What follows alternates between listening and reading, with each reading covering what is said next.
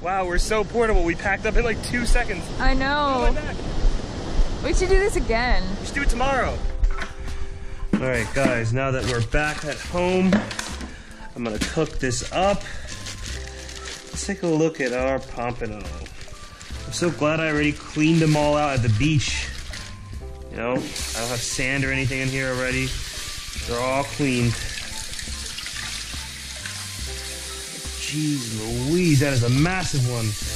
Good job, Aaron. Look at that. Here is what we're gonna do. Cut some slits in here.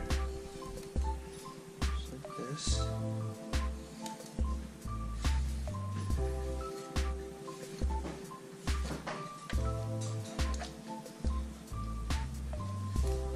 Just like this, and we're gonna put salt in between here.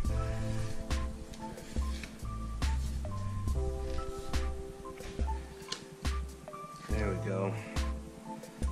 Now we're gonna kosher salt it.